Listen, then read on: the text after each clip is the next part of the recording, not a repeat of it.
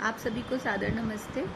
आज मैं आपके सामने वाणी पर अधिकार पर एक लेख पढ़ने जा रही हूँ। परम पिता परमात्मा ने हमें कर्म करने के लिए 5 कर्मेंद्रियाँ दी हैं। वाणी हमारी कर्मेंद्रिय है।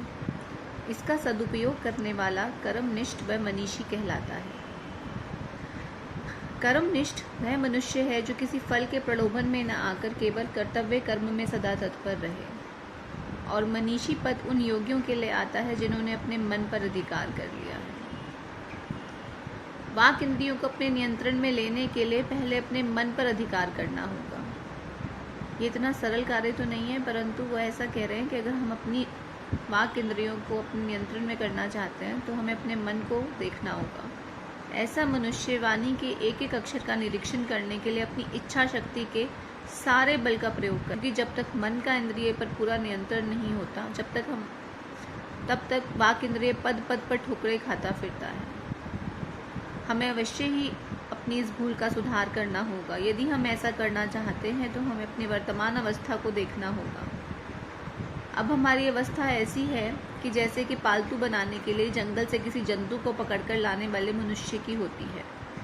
जैसे कि हम सर्कस आदि में देखते हैं कि जब वो जंगल से कोई शेर या कुछ पकड़ के लाते हैं, उसे वो ट्रेनिंग देते हैं, तो उसको पालतू बनाने के लिए, उसको अपने अकॉर्डिंग चलाने के लिए उसको कितनी मेहनत करनी पड़ती है। उसे भय रहता है कि मेरी थोड़ी सी भी पलक झपक से ये जंतु मेरे हाथ को ही चबा देगा। वह एक एक पल के लिए सावधान है।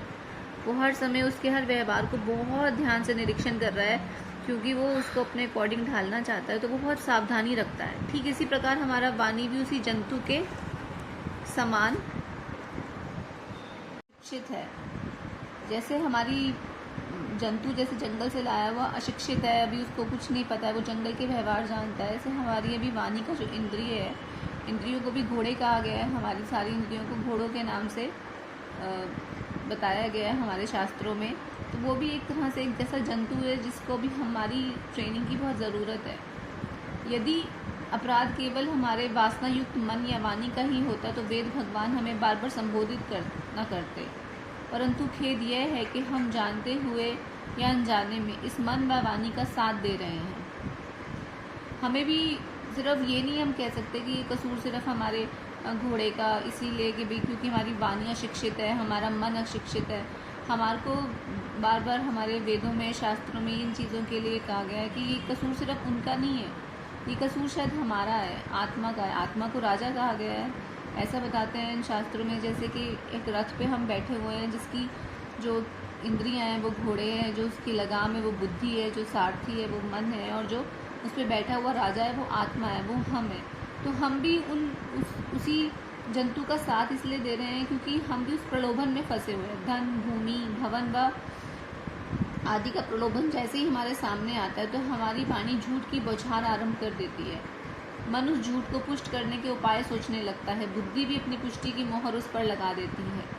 पहले तो हम कभी कभी सोचा ही करते हैं कि ये ठीक नहीं हो रहा, झूठ नहीं बोलना चाहिए, परंतु फिर हम अंत में अपने आप को दबा कर मूक भाषा में उसका अनुमोदन कर देते हैं। हमारा ये अनुमोदन ठीक नहीं है। हम इसका विरोध करते हुए छाती तान कर खड़े हो जाएं और अपनी इच्छा शक्ति के अंकुश हाथ में लेकर प्रहार करें तो हमारे एक ही प्रहार से कांपता हुआ मन रूपी हाथी वाक रूपी हथनी को कान से पकड़कर सरल सत्य मार्ग पर चलने के लिए विवश कर रहा होगा।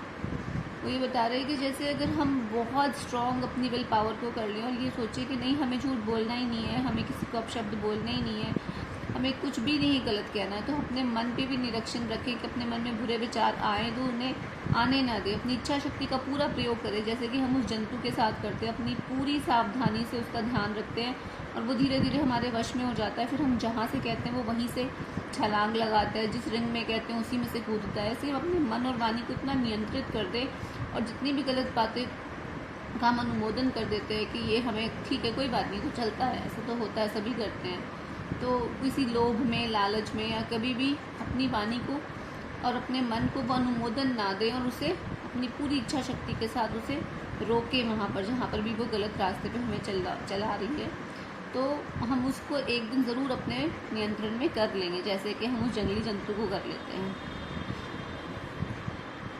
देखो जिन प्रलोभनों में फंसकर हमने मौन धारण कर लिया है, उन प्रलोभनों की सत्ता वेद के दिए प्रलोभन मोक्ष के समक्ष तो कुछ भी नहीं है।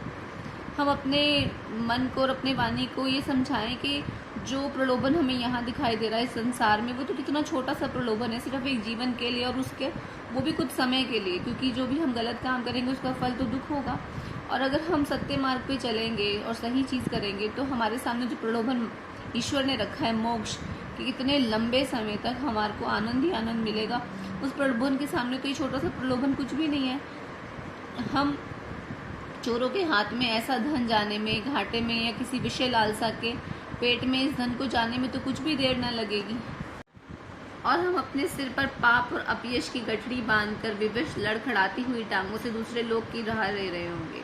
हम केवल एक ही जन्म के लिए तो नहीं है यहाँ पर, हमारे बहुत सारे जन्म हैं। तो अगर हम इस जन्म में पाप करेंगे तो इस जन्म में भी और अगले जन्म में भी हमारे को जो हमने गलत काम के लिए अनुमोदन दिया उसका हमें फल भुगतना पड़ेगा।